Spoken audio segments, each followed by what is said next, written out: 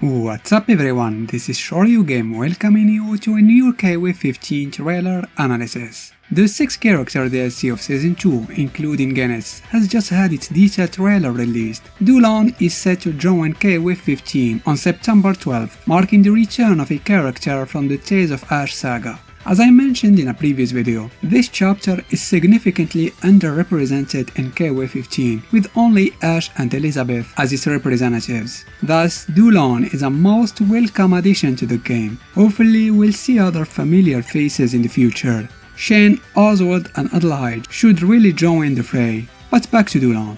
He is a member of the Hizoku clan, a gang of assassins, and happens to be one of the 9 sons of its former leader Ron. He is the eldest among them. His primary mission, both then and now, remains to track down and eliminate his father for betraying their clan. He first teamed up with Ash in KOF 2003 alongside Shen. Later he joined forces with Elizabeth and Benimaru in KOF 11, and then with Elizabeth and Shen in KOF 13. That marked his last appearance, until a recent cameo in Team Ash's ending. Dulon is renowned for his formidable fighting skills, which involve a distinctive and rather unconventional style linked to necromancy. He possesses the ability to extend his limbs toward his target from a distance, somewhat reminiscent of Dalsim, but considerably quicker. Thanks to his necromantic powers, he can summon spirits and employ them as projectiles, or incorporate them into his desperation moves.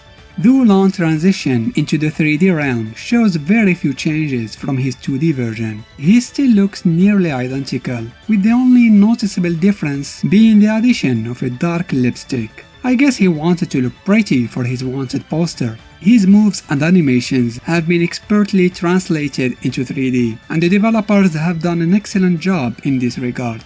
Another noteworthy aspect is the exceptional remix of Splendid Evil, his team's theme from 2003, which sounds absolutely fantastic. Now let's delve into some move analysis. But before we do that, let's take a look to the interesting interaction from the trailer between Dulon and Najd. Najd is all about justice, and you would naturally expect there to be intense animosity between her and the notorious assassin like Dulon. However, Dulon doesn't attempt to justify or reason with her. Instead, he seems to say, "I've probably killed innocent people before, do your worst." Now let's move on to his moveset. I didn't play Dulon a lot and I'm not very familiar with his normals, so I could be wrong about this part. He starts with a forward A, followed by jump forward A, then jump forward B, and then a forward B. Just look at the range of that. Next up is his signature move, the Geimukyaku Gaiga or DP kick. The range of this move varies depending on the button pressed, and I can assure you it's going to frustrate the crap out of you. Following that is his Rekka, Suteki Joryu. The super annoying fireball Juon Shikon from KOF 13 is also making a return.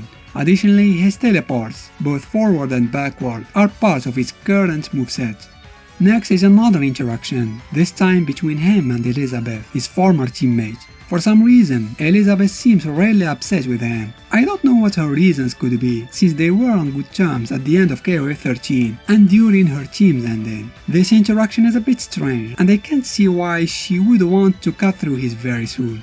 Afterward, he uses Benimaru as a punching bag for his combo showcase. He starts first with his level 1 super, Hidden Gemu Bakuto Shikon, a returning super from KOF 13. Then he unleashes his level 2 super, Hidden Gemu on Ryuheki, which also returns from previous games, with the slight difference that now Dulon is facing the camera.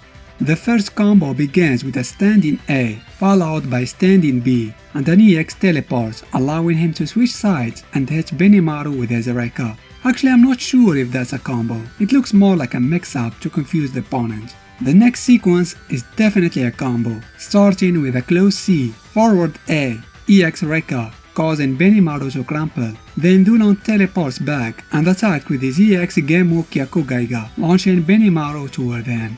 He follows up with his regular Rekka, teleports forward, and finally ends the combo with his level 1 Hidden Genmu on Ryuheki. This is one heck of a cool looking combo. The next interaction occurs between Dulan and Ash this time. Dulan stands out as one of the rare figures who actually remembers Ash, and he tells Ash that he can't be fooled by his attempt to pretend that this is their first meeting. Also, since they brought Shen up, where is he? Bring him back as well.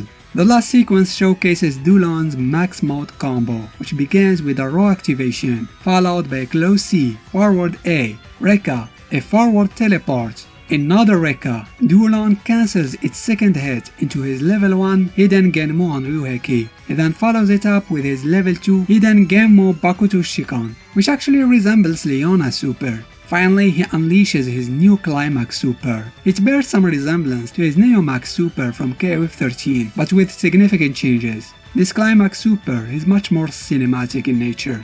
Dulan summons a barrage of spirits that engulf him, and then his hand reaches out and grabs Gato's face, extracting fragments of his soul. This super looks incredibly impressive, easily ranking among the best looking supers in the game. And that concludes Dulan's moves analysis. To be honest, I haven't played much as Dulan in previous games, but this trailer really makes me want to give him a try. In my opinion, he's the standout character of the second season of DLC. He looks fantastic, with smooth animation, and his fighting style is based on his KOF 13 iteration, which is arguably his best version. Additionally, the new remix of Splendid Evil is absolutely amazing. My only wish is that he was offered as part of a team, preferably with Shen and Oswald. That would have been the perfect scenario for me. Unfortunately, SNK chose to release single-entry DLCs for Season 2. Nevertheless, I believe Dulan is worth it, and hopefully we'll see more characters from the Tales of Ash saga in future DLCs. You know, now that I think about it, I've noticed a correlation between KOF 15 DLCs and Street Fighter 6 DLCs. We received 2 Arabian characters from both games simultaneously, Rashid and Najd, and now we have 2 Chinese assassins, Aki and Dulan, also simultaneously. So, if Ed is the next DLC, AVD is confirmed, guys! That's it for now. What did you think of Dulan's gameplay? Are you impressed by his new moves and combos? Do tell me in the comments. Anyway, I hope that was somewhat informative. As always, don't forget to give this video a thumbs up if you liked it, and consider subscribing to the channel. Thanks for watching.